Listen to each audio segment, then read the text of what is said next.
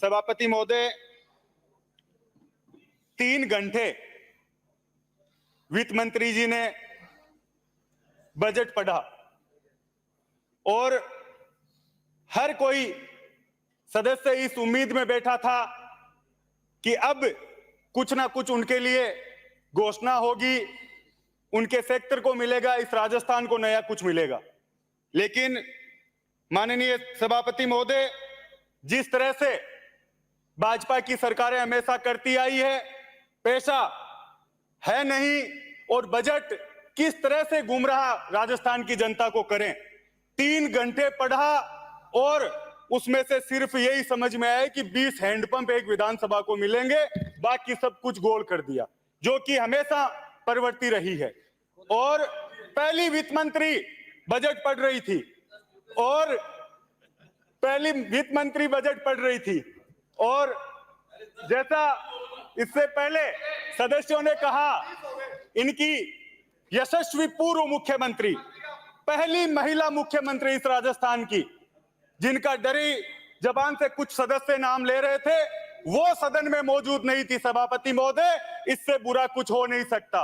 और मेरे से पूर्व सदस्य ने कहा कि कबीरा का एक दोहा पढ़ा कि 2 पार्टों के बीच में जो आ गया वो बचा नहीं, लेकिन आपके तो पार्ट 3-3 हो रहे हैं। आप जरूर बच के रहना, किसी पार्ट के नीचे आप लोग नहीं आ जाएं।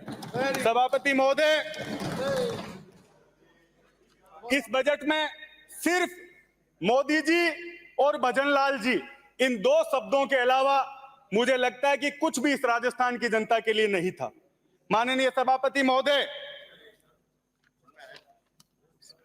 शिक्षा को लेकर बजट जो हमेशा से एक इस राजस्थान के लिए एक अच्छी मिसाल पेश हुआ, उस बजट में शिक्षा का नाम ही हटा दिया गया, उसको युवा विकास एवं कल्याण के साथ शामिल कर दिया गया। 1 लाख नौकरियों की घोषणा आप लोगों ने की और उसमें से कोई वर्गीकरण इस राजस्थान की जनता के सामने इस सदन में आपने नहीं रखा। आपने ये नहीं बताया कि इन 1 लाख नौकरियों में आप संविदा पे देंगे, नरेगा में लगाएंगे, शिक्षा विभाग में लगाएंगे, चिकित्सा में लगाएंगे। ये उसी तरीके की घोषणा है जैसी मोदी जी ने 15 लाख रुपए की घोषणा लोगों के लिए की थी।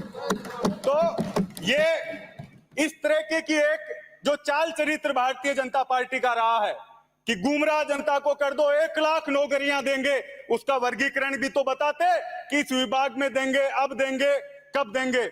और सभापति महोदय, आपके माध्यम से मैं इस राजस्थान की जनता के लिए एक भीख मांगना चाहूंगा कि ऐसे शिक्षा मंत्री जो कैसे बयान बनने के बाद उनके आ रहे हैं, कभी कह रहे हैं उल्टा लटका दूंगा, कभी डीएनए टेस्ट करा रहे हैं, कभी किसी के पिताजी का पता मांग रहे हैं और अकबर का नाना कौन था, ऐसे ऐसे शब्द आने के बाद उन्होंने आप राजस्थान की जनता के सामने रखे हैं। इस राजस्थान की जनता का, इन बच्चों के भविष्य को आप सुरक्षित करें। एक अलग डिपार्टमेंट आप मदन दिलावर जी के लिए बना दें ताकि वो बयान देते रहें और आप उनका पक्ष लेते रहें। जिस तरीके से आदिवासियों के लिए उनके शब्द थे, माननीय सभापति महोदय, इससे पहले कोई भी शिक्षा मंत्री इस तरीके के बयान नहीं देखे गया। आपने आ रहा हूं और सभापति महोदय, इससे पहले बयान अभी सदस्य बोल रहे थे और मुख्यमंत्री जी ने भी कहा हमने गैंगस्टर एक्ट बना दिया, टास्क फोर्स बना दी, हमने 100 लोग गिरफ्तार कर लिए। सभापति महोदय, मछलियां पकड़ी अब तक, हम ये कह रहे हैं कि हम भी शामिल है तो गिरफ्तार करो। सिर्फ नारे और भाषणों से जिस वजह से आप लोग सत्ता में आए हो, जो पेपर लीक के मामले में आप लोग मुद्दा बनाकर सत्ता में आए हो, आपने प्रदीप पाराशर को पकड़ा है, लेकिन उसको नौकरी पे उस जगह ड्यूटी पे देने वाला कौन था? और मुझे पता है कि वहां तक आपकी जांच नहीं जाएगी क्योंकि आरएलडी केंद्र में आपके साथ सत्ता में आपकी भागीदार हैं। तो सभापति महोदय, न्याय जो वादे आप लोग करके आए हो, जो लोग नारे आप लोग देकर आए हो, उन पर भारतीय जनता पार्टी काम करे। सभापति महोदय, इस बजट को वित्त मंत्री जी और मुख्यमंत्री जी खड़े होकर राजस्थान की जनता से माफी मांगकर शुरू करते तो मैं समझता हूं कि वो न्याय इस जनता के साथ करते। 50 साल में पहली बार सभापति महोदय जो बिजली की स्थिति रही, 20-20 घंटे गांव में कटौती, और 4 घंटे भी जो बिजली आ रही थी उसमें वोल्टेज नहीं थे। तो जिस तरीके की व्यवस्था आपने दी, बिजली में आप पूर्णतया फेल।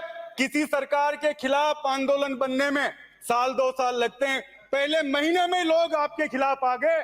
पानी बिजली को लेकर जो स्थिति आप लोगों की रही, वो राजस्थान की जनता ने आपको लोकसभा में उसका उत्तर दिया। जिन अभी एक सदस्य संविधान को लेकर खड़े हो रहे थे, जो लोग 400 पार का नारा देकर नया संविधान बनाना चाहते थे, सभापति महोदय, मोदी जी के नाम का संविधान बनाना चाहते थे, उन लोगों को अंबेडकर जी की याद आई।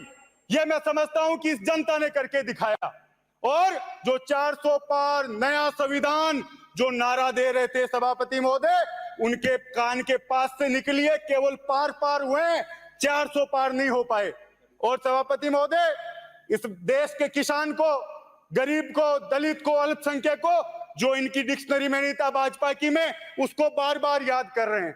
इस बजट में कम से कम बाबा साहब अंबेडकर का नाम तो लिया दिया कुमारी जी ने। इससे पहले तो आप लोग भूल ही गए थे कि बाबा साहब ने तो संविधान बनाया ही नहीं, मोदी जी ने संविधान बनाया है। तो यह स्थिति सभापति आप लोगों की है। जेजेएम जो योजना है, प्रधानमंत्री जी, हर घर नल। पूरा हो गया आपका समय नहीं हुआ सभापति महोदय, 2 मिनट बच रहे, मैं लगा के पढ़ रहा हूँ आगे। पूरा हो गया, मेरा 2 मिनट बच रहे हैं, 7 मिनट 5 ही मिनट हुए।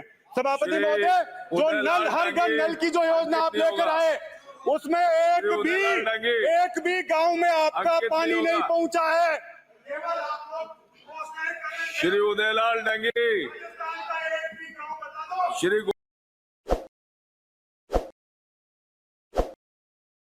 ताज़ा खबरों के लिए विजिट करें द फैक्ट इंडिया की वेबसाइट और डाउनलोड करें द फैक्ट इंडिया ऐप।